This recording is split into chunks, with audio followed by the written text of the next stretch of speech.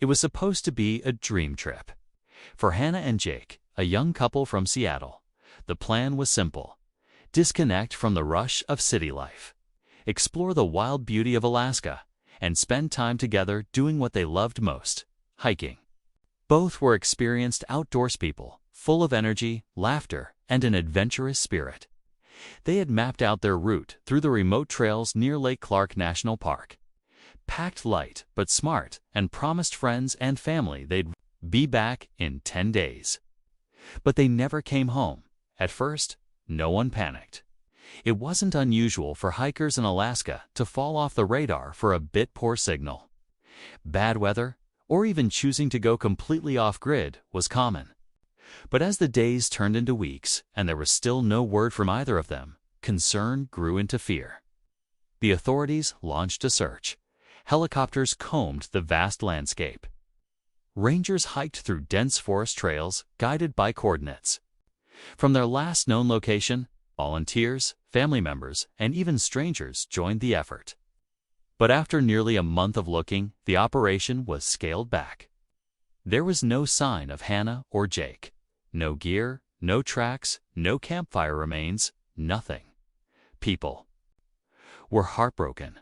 Rumors started to float around. Some said they got lost. Others believed they might have fallen victim to a bear attack, or worse, the harsh elements. Alaska's wilderness is breathtaking but unforgiving. In some areas, it's easy to vanish without a trace. Still, those closest to them never gave up hope.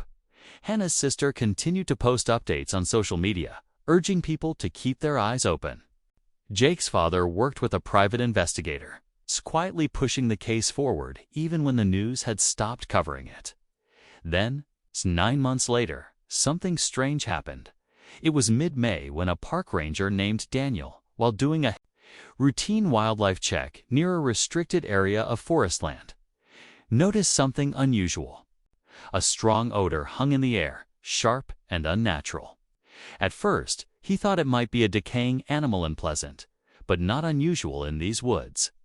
But as he followed the scent deeper into the trees, something caught his eye. A blue, rusted-out barrel tipped on its side and surrounded by what looked like hundreds of moldy biscuits or bread rolls, maybe. It was odd, clearly out of place. The barrel didn't look like it had been there long, and the scene itself felt staged. What made it worse was what was inside, as Daniel cautiously approached. His boots crunching softly over pine needles and old debris, he noticed something poking out of the barrel. At first glance, it looked like an old pair of hiking boots, partially buried in the pile of stale bread. But when he got closer, his stomach turned. They weren't just boots. They were still on someone's feet. Authorities were immediately called in. The area was taped off, and an investigation was launched. Questions swirled. Who had put the barrel there? Why was it filled with food? Who did those boots belong to? Was this connected to Hannah and Jake? The discovery set off a storm of speculation. News outlets picked up the story again.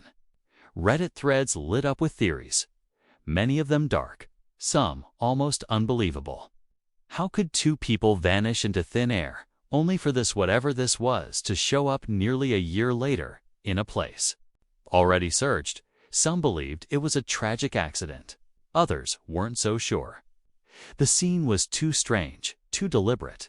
As forensic teams began their work, the families held their breath. Every day brought a new question and no real answers. And still, the wild, haunting beauty of the Alaskan wilderness remained silent, offering no clues, no explanations, just endless trees, mountains, and shadows.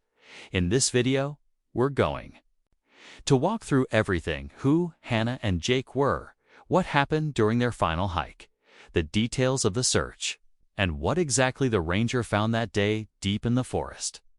We'll also explore the strange theories surrounding their disappearance and the disturbing clues that may finally shine a light on what happened. But be warned, the deeper we go into this story, the more unsettling it becomes. Because in a place As remote and untamed as Alaska, sometimes nature hides more than just its beauty. And sometimes the truth is far more disturbing than anyone ever imagined. Stay with us, because what happens next is something no one could have predicted. Hannah and Jake met in college during a volunteer cleanup project in the Cascade Mountains. They clicked instantly. Both loved the outdoors, shared a sarcastic sense of humor, and spent their weekends either on a trail or planning the next trip. Friends used to joke that they were like a pair of magnets, always side by side. After graduation, they moved in together, got a rescue dog named Scout, and started saving up for bigger adventures. Alaska had always been on their bucket list. They talked about it for years: the glaciers, the endless daylight in summer, the raw, untouched wilderness. It was their dream to hike somewhere completely wild, where you could go miles without seeing another person.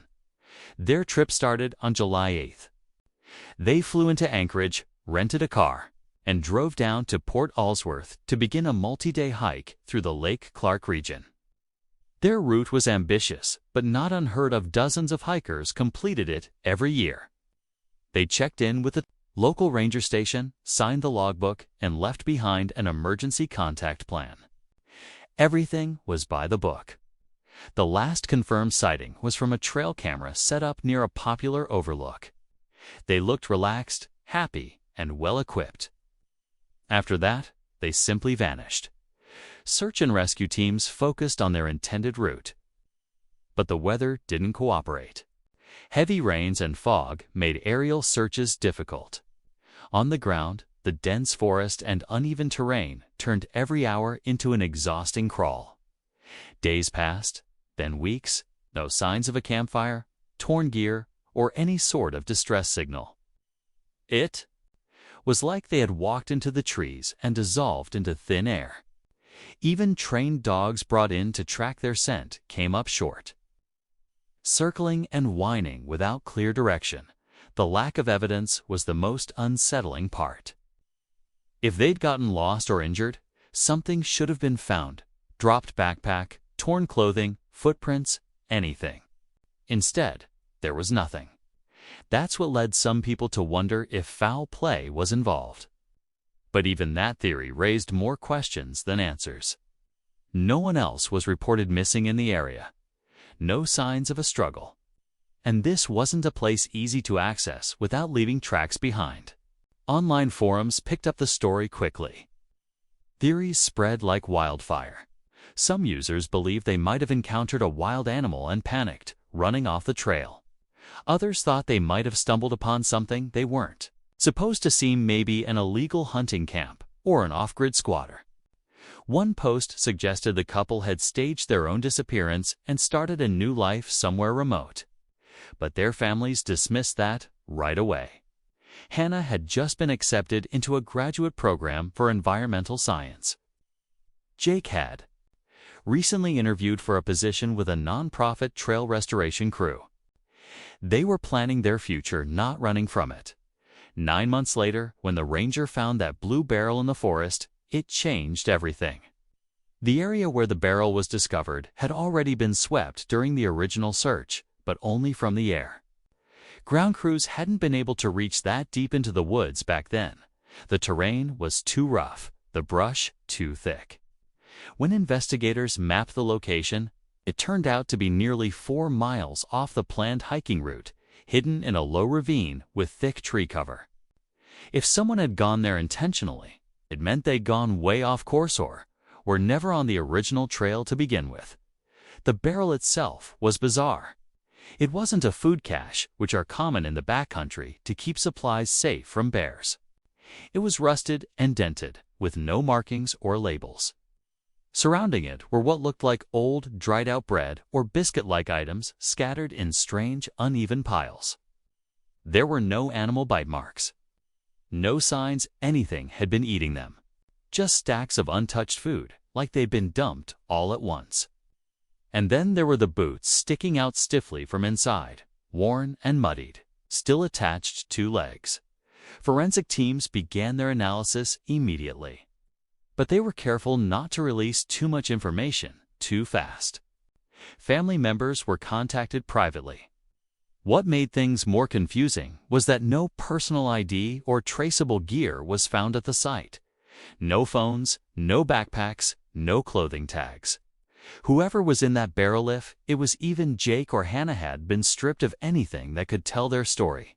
As investigators searched the area, they found more strange clues. A plastic tarp buried under leaves. A metal thermos half buried near a tree, filled with what looked like water but smelled chemically treated. A Shuanaz brand wedged between two rocks about 60 feet from the barrel. Still, there wasn't enough to connect everything. The items didn't form a clear picture. It was like finding puzzle pieces from 5 different puzzles all thrown together in the same box. The local ranger, Daniel, who had found the site, couldn't shake the feeling that something was off. He'd worked in those woods for over 15 years. He'd seen accidents, animal attacks, even an occasional criminal dumping ground. But this didn't feel like any of those. It felt set up, deliberate, almost like someone wanted it to be discovered, but only at the right time. The food, the barrel, the single shoe, all seemed too theatrical to be coincidence. Back in town, the discovery reignited public interest. Local news stations began running coverage again. Online sleuths returned to the case, digging up old GPS trail data, weather reports, and satellite images from the days surrounding the disappearance. Someone even claimed to have heard screams echoing through the trees one night back in July, but they'd written it off as a fox or a bear at the time. Another hiker said they'd noticed the bread-like piles a few months earlier, but assumed it was just strange litter left behind by a camper. The families tried to stay grounded. They attended every meeting with investigators, answered every question, and followed every update. Hannah's sister started a podcast about missing persons in remote areas, using the case to raise awareness. Jake's dad quietly pushed for a second, more thorough search of the region. But behind closed doors, everyone was asking the same thing. What had really happened out there? And perhaps, more haunting, was it over? Or was there more still waiting to be found hidden in the silence of the woods? Because something didn't add up. And as the days passed, more questions began to surface, each one darker than the last. The forensic team continued their work in silence, carefully documenting every inch of the site. The blue barrel was removed from the forest with extreme caution. The contents were preserved and taken to Anchorage for testing.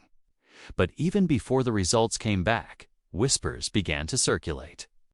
Someone from the coroner's office leaked that the body inside didn't match any missing person's profile. Yet not enough DNA had been processed to confirm identity. That meant either it wasn't Jake, or something had happened that made identification more difficult than expected. The idea that this could be someone else entirely only deepened the mystery. Meanwhile, Hannah's sister Emily had started receiving strange messages. At first, they were just comments under old social media postscriptic lines like they shouldn't have gone there or the forest remembers.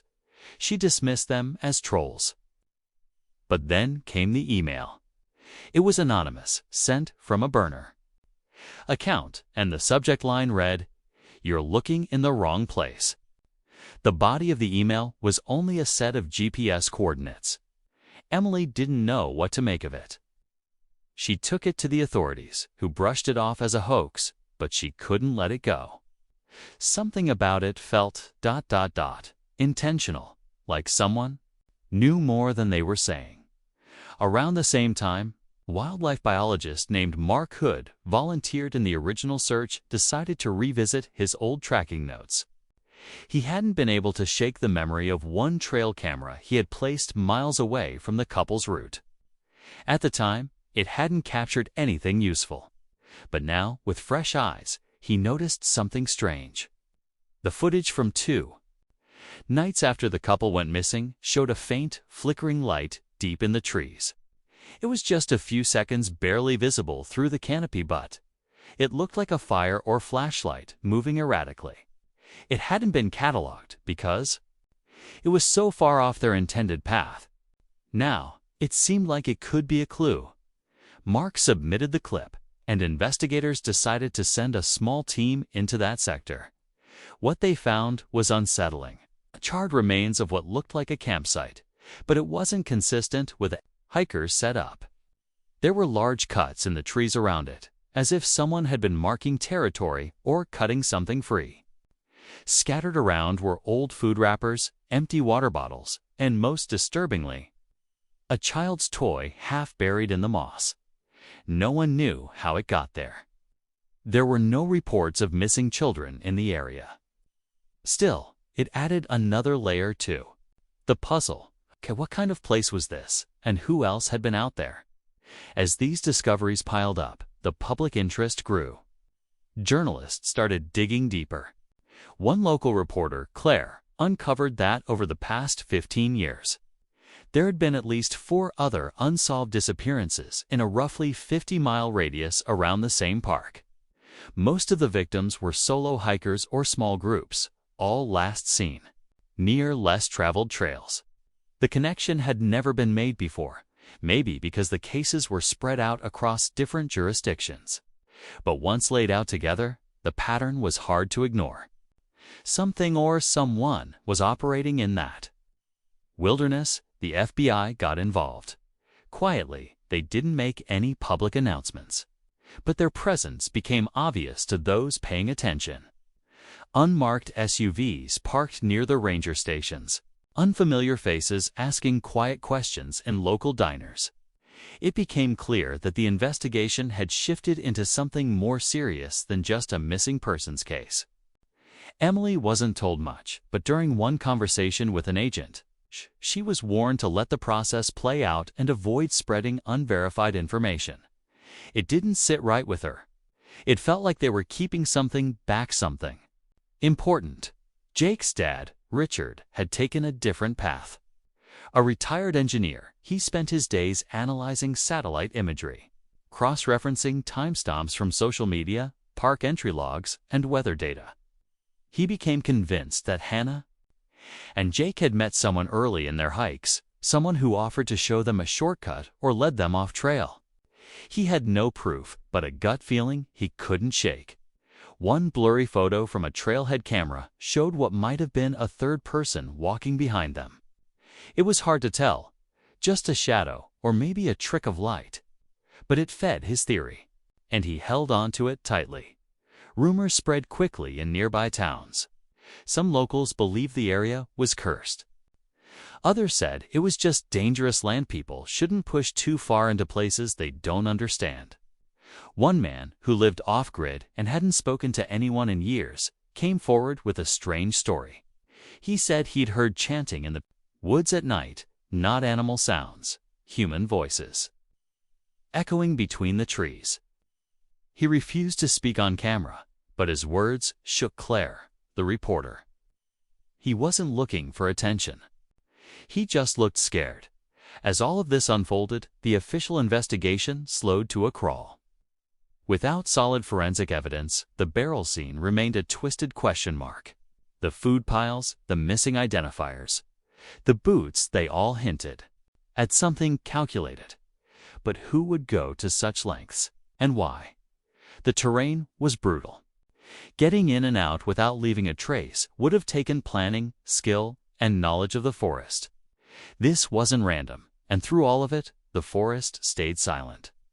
Just trees, wind, and the occasional animal call. Beautiful, empty. But now, people started looking at it differently.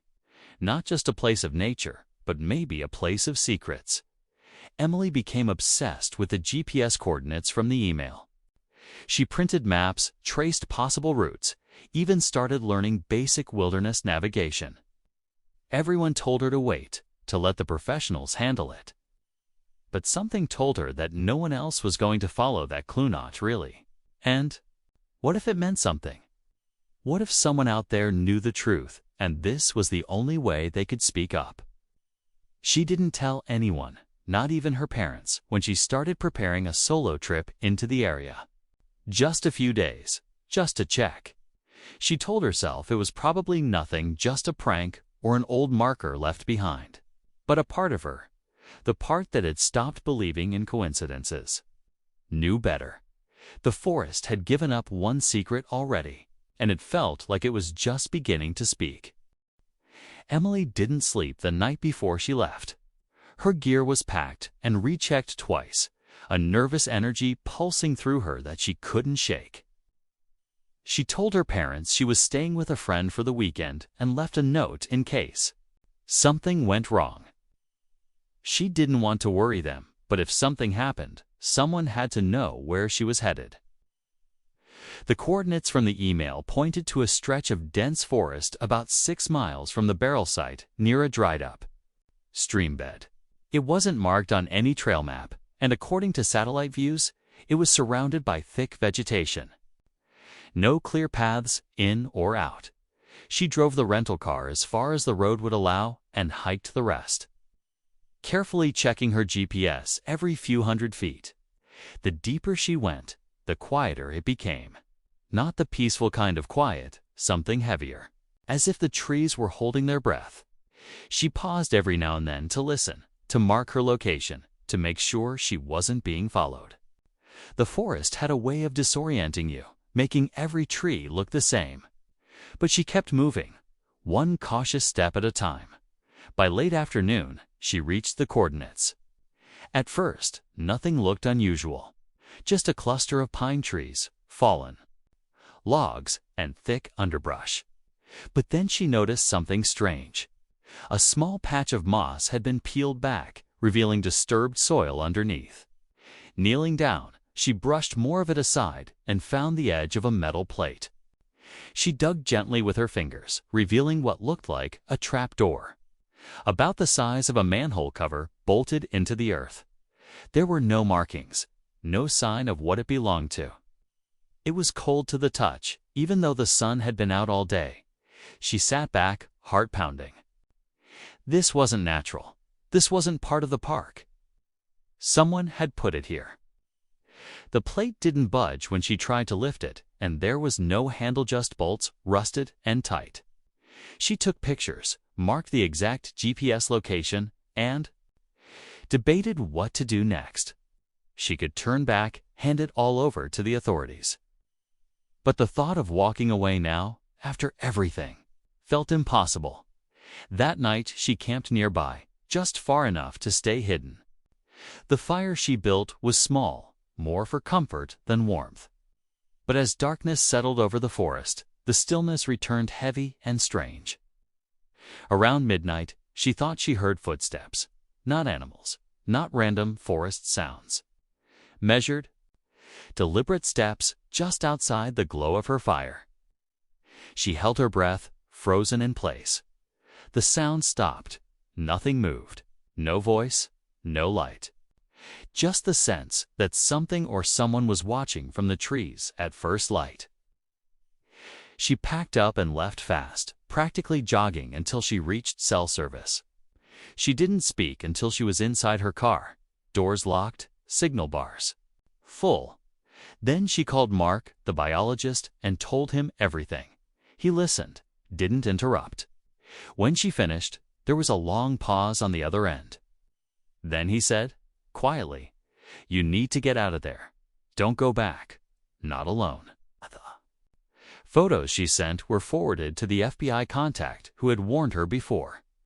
That same day, the site was sealed off. No one told the public what had been found, only that new evidence was being processed. But something shifted after that. The case, which had dragged for months, suddenly picked up momentum. The coroner's office released a partial DNA match confirming that the body in the barrel was Jake's. How he died remained classified. They still hadn't found Hannah, but people were starting to talk. One ranger, off the record, told Claire that the site Emily had found was linked to something bigger. Something that might explain the other missing cases in the region. Maybe not all, but at least a few. Rumors of off-grid camps, secret bunkers, and illegal operations buried in the woods were suddenly being taken seriously. Some even suggested the barrel was a warning. a message left behind by someone who knew they were being hunted. Meanwhile, the local town near the park was boiling with unease. Hikers canceled their trips. Locals started locking their doors early. One night, a fire broke out in an old ranger cabin, burning it to the ground. Investigators said it looked like arson. They never found who did it. But inside the ashes, someone found a charred photo to people standing beside a tent. It was hard to tell, but it looked a lot like Hannah and Jake. Emily kept pushing. She met privately with Claire and showed her everything: screenshots of the messages, GPS logs, the photos from the site. Together, they started piecing together a map of incidents over the last decade. It's too many hikers lost in the same stretch of wilderness. Too many unexplained sounds, unmarked structures, and people who seemed to vanish just past the tree line. Then came the break. A trail camera, installed just a week earlier by a new search team, captured something unexpected. A figure thin, barefoot, wearing tattered clothes, moving through the trees at dawn. The image was blurry, but the figure had long, dark hair. The timestamp matched exactly 9 months and 10 days after Hannah and Jake disappeared. The resemblance was enough to make authorities pause. Could it be her? Could Hannah still be alive? A new search was ordered, this time with tighter coordination, better surveillance, and more experienced teams. Drones were deployed, heat sensors. For the first time, the investigation was treated like a manhunt.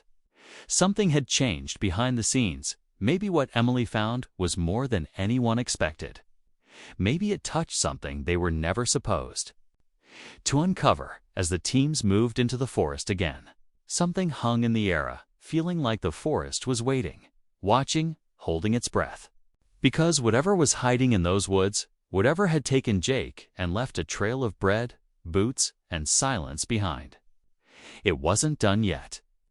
And now, with so many eyes watching, the truth was finally about to come out. But no one was ready for what they were going to find next. The drone footage came in late at night, hours after most of the search teams had returned to base. A technician was reviewing thermal scans when he spotted a brief, flickering heat signature on the edge of a ravine far beyond the current search grid. At first, it looked like a glitch. But as he zoomed in and enhanced the frames, it became clear. A single figure, motionless, crouched under what looked like a torn green tarp. No fire, no movement for warmth, just stillness. And it was gone by the next scan. The coordinates were sent to the lead team, and by sunrise, a new group was flown in. They hiked out fast, adrenaline pushing them through the rough terrain. When they reached the site, they found the tarp crumpled against a rock wall. Beneath it was an empty metal food tin, some scavenged fabric, and a pair of broken sunglasses identical to the ones Jake was last seen wearing. But there was something else, too. Carved into the bark of a nearby tree was a symbol, a small triangle with 3 dots underneath. No one could place it. It didn't match any local markers, no hiker symbols, and certainly not anything official. It felt like a message, a warning, or a sign only meant for someone else. The discovery shifted the tone of the entire operation. This wasn't just a missing persons case anymore. It was unraveling into something far more layered, possibly organized, and disturbingly well hidden. The idea that Hannah might still be alive wasn't just speculation now. It became a real possibility, and that possibility changed everything. But just as hope began to build, second twist sent shockwaves through the investigation. Claire received an unmarked package at her hotel, no return address. Inside was a flash drive and a short note written in shaky handwriting. It read, "They won't tell you the truth, but she tried to." Claire plugged in the drive with shaking hands.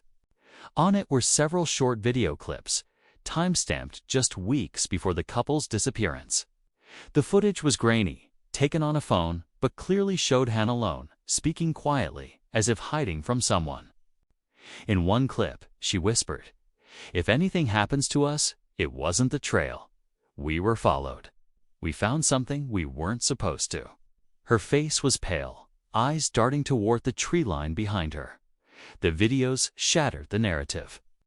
That they had simply gotten lost. They confirmed that something had unnerved them before they vanished.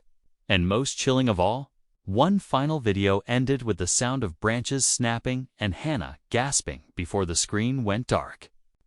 No more clips followed. Claire turned the footage over to authorities, but it leaked online within 24 hours. The internet exploded with theories. The phrase "we were followed" became the center of a firestorm of speculation. Some believed the couple had stumbled onto illegal activity, maybe poachers, smugglers, or something even more sinister. Others believed the area held a darker history. Whispers of cults, secret compounds, or hidden settlements began making rounds across forums. Then, out of nowhere, another disappearance occurred. A member of the search team, Tyler, a young ranger, vanished during a routine solo sweep near the southern edge of the search grid. His radio went dead, and by the time backup arrived, his gear was scattered along a narrow ridge. His pack was found hanging from a tree limb, straps neatly cut. No blood, no signs of a fall, just a clean break in the routine and a heavy silence that settled over the forest once again. Tyler had been with the Park Service for 5 years. He knew these woods. His disappearance felt intentional, calculated. The team was pulled back temporarily. The operation was now under direct federal supervision. Black SUVs were seen parked near trailheads, and temporary surveillance towers were erected deep in the forest. Drones increased their sweep radius, and new, highly restricted zones were marked. But nothing was shared publicly. Not about Tyler. Not about the symbol on the tree. And definitely not about the footage of Hannah. Emily, meanwhile, was spiraling. The video had wrecked her. Seeing her sister alive, afraid, and aware of some unseen threat haunted her. She wasn't sleeping. She barely ate. Her mind ran through every second of the footage, every sound in the background, trying to identify what they'd found, what they had seen that made someone want them gone. She began reaching out to old rangers, former employees, even locals who'd left the area years ago. Some didn't respond. A few warned her to stop digging. One, an older man who had worked in Lake Clark back in the early 2000s, finally agreed to meet her in secret. He told her about a Project Han experimental station set up deep in the woods decades ago. It was never on official maps, funded quietly through private channels, and shut down after an incident that no one ever really explained. The building had supposedly been dismantled, scrubbed from records. But he believed part of it was still there, buried, forgotten, or maybe deliberately left behind. He didn't have coordinates, only a general idea. But when he showed her the location on an old ranger map, it was chillingly close to the area where Emily had found the trapdoor. Whatever Hannah and Jake had stumbled into, it likely wasn't just a random hiding spot. It was tied to something old, buried deep in the forest, something someone didn't want uncovered. And now, with federal agents on high alert, a second person missing, and footage that challenged everything known about the case, the stakes couldn't be higher. Still, no one could explain who sent the package, or how they got the videos, or why, after all this time, pieces of the truth were only now starting to surface. And somewhere out there, the forest kept its secrets close, waiting for the next step, one that could finally break the silence, or bury it even deeper. The storm rolled in just before dusk, thick clouds sinking low over the treetops, bringing a heavy wind that made the entire forest seem to whisper. It was on that night, after weeks of leads going nowhere, that everything shifted. A second heat signature was picked up by drone near the old project site the former ranger had described. It wasn't large, but it was moving, fast and erratic, like someone trying not to be seen. Emily was already nearby with a secondary team, refusing to leave the ground despite the increased risks. When the call came through, she didn't wait for clearance. She and 2 rangers hiked into the darkness with only headlamps and rain-soaked maps. The trees grew denser as they moved, branches clawing at their gear. The trail beneath them slick and half vanished in the storm. But after nearly 2 hours, the underbrush opened up to a shallow clearing end. There, almost hidden by a wall of moss and rock, was a rusted metal door, barely visible in the dark. Emily stopped, her breath caught. This wasn't a rumor anymore. The facility existed. They pried open the door, hinges shrieking like something alive. Inside was darkness, thick and damp. Flashlights revealed narrow halls lined with moldy tiles and broken furniture. Most of the rooms were empty, stripped bare. But one still had power-faint emergency lights glowing red down a hallway. And then came the sound. Footsteps, quick, barefoot, echoing. They moved fast, through corridors smeared with age and water stains, deeper into the heart of the place. And then they found her. Hannah, she was crouched in a corner of what looked like an old lab, eyes wide, face pale and thinner than Emily remembered. But it was her. She flinched at the light, recoiling like an animal, whispering something over and over. "Don't let them in. Don't let them in." Emily dropped to her knees, crying, reaching for her sister. One of the rangers called for medical. The others scanned the room. Still tense, weapon ready, Hannah was rushed out, wrapped in blankets, her hands trembling. She'd been living in the woods for months, surviving off found supplies, rainwater, and sheer instinct. But what she finally revealed broke everything open. She and Jake hadn't gotten lost. They'd met a man early in the hikes, someone who seemed friendly. Claimed to be a researcher studying rare wildlife in the region. He said he knew a shortcut to a beautiful valley off-trail. They followed him. By the time they realized something was wrong, it was too late. He led them not to a shortcut, but to a sealed-off section of the old facility hidden in the forest. It wasn't a wildlife study site. It was something else entirely, an underground space used decades ago for unregulated psychological experiments involving sensory deprivation and isolation. When funding dried up, the place was abandoned. But someone stayed, someone who never left. Jake had tried to fight. Hannah remembered screaming, running, breaking away into the trees. She thought Jake was behind her, but he wasn't. She never saw him again. She had no idea who the man really was, only that he wasn't alone. There were others, people who watched from a distance, who never spoke, who moved through the woods like shadows. She spent weeks hiding, surviving, following old game trails, and avoiding light. At some point, she found her way back to the surface. But fear kept her from going near any roads or ranger stations. She didn't trust anyone anymore. Every snapping branch felt like a trap. Every noise felt like the end. When she stumbled across the barrel months later, already filled, already left, she recognized Jake's boots. She knew it was him, but she couldn't stay. She left the shoe. Then she ran again. Her escape had been real. But someone else had been trying to cover tracks ever since. The facility was locked down by federal agents within hours.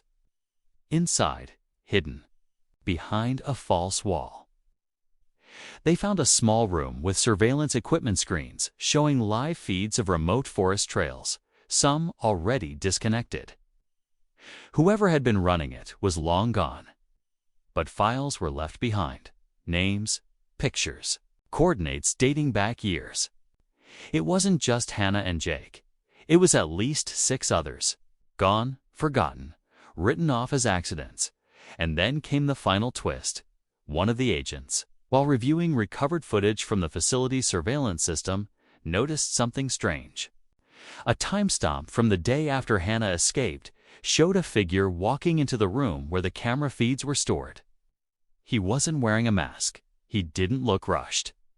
He moved like he belonged. The face was grainy, but facial recognition confirmed it.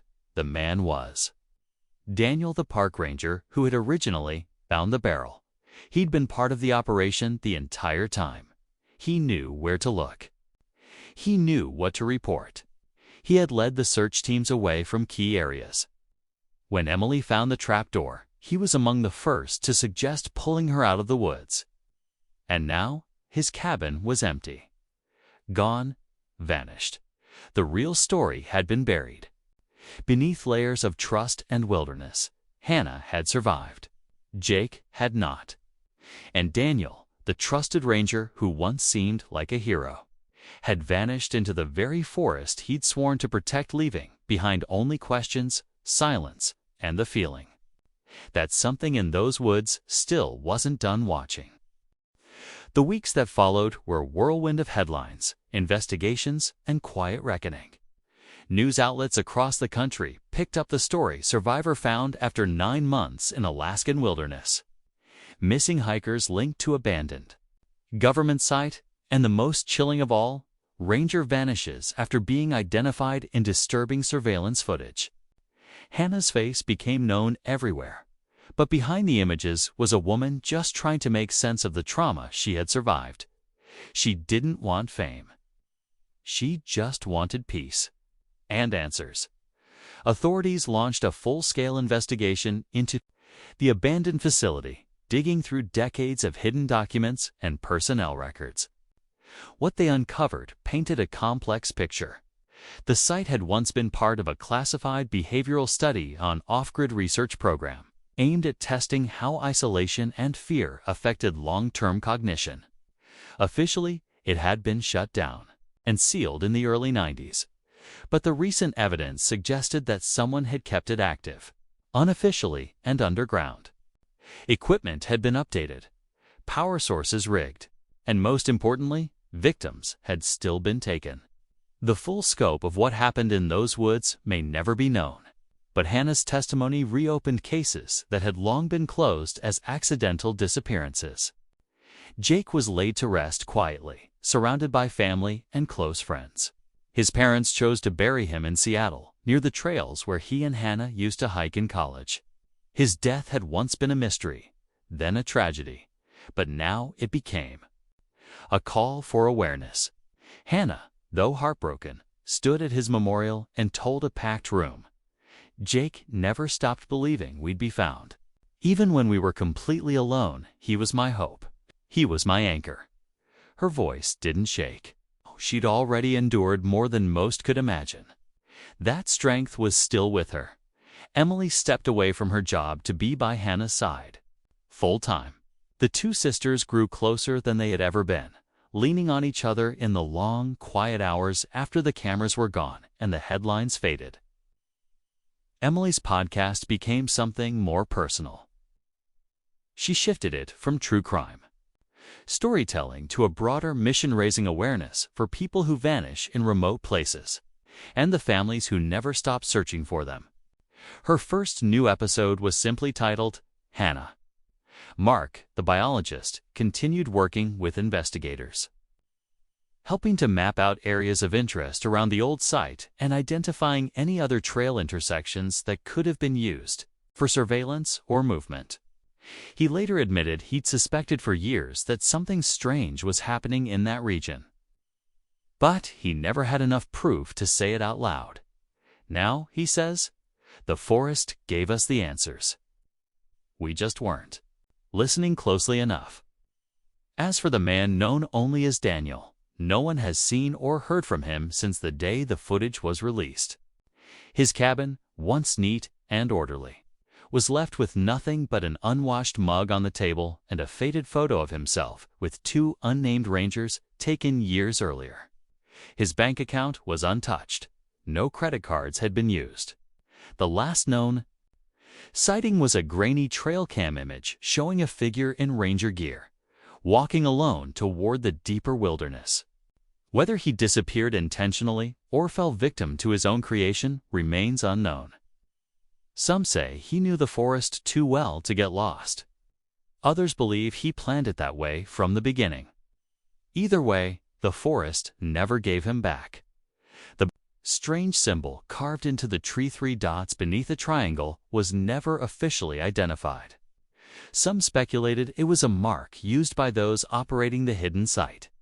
Others believed it to be something older, tied to indigenous warning. Signs long lost to time. Rangers have since removed or marked every instance of it found in the park, but a few hikers have claimed to spot fresh ones in places far from any marked trails. Whether it's a copycat or something else entirely, no one can say.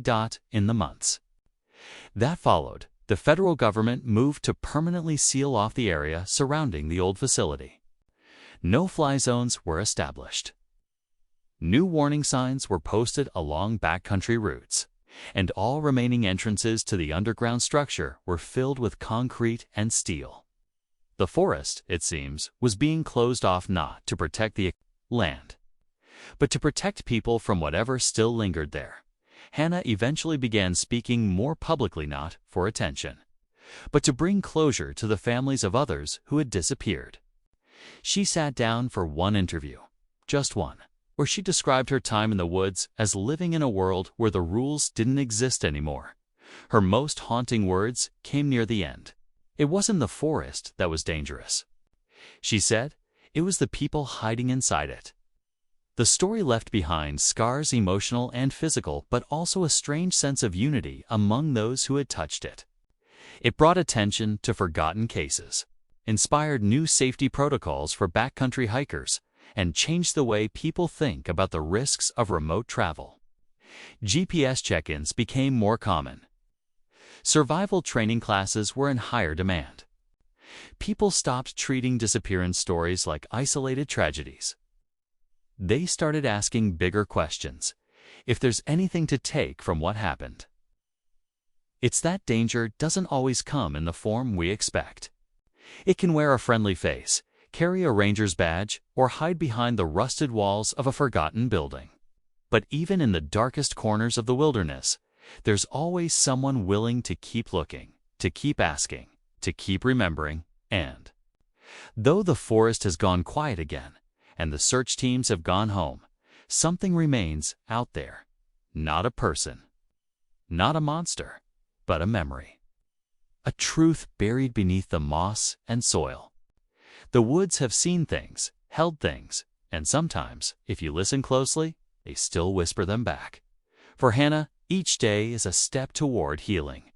Some mornings are harder than others, but she walks the woods near her home now, not in fear, but with quiet strength, not to escape the past, but to reclaim the part of her that was never meant to be taken. The story that began with a vanished couple in the Alaskan wilderness may have found its ending, but the echoes it left behind continue to remind us that even in the wildest places, the truth will eventually find its way to the surface.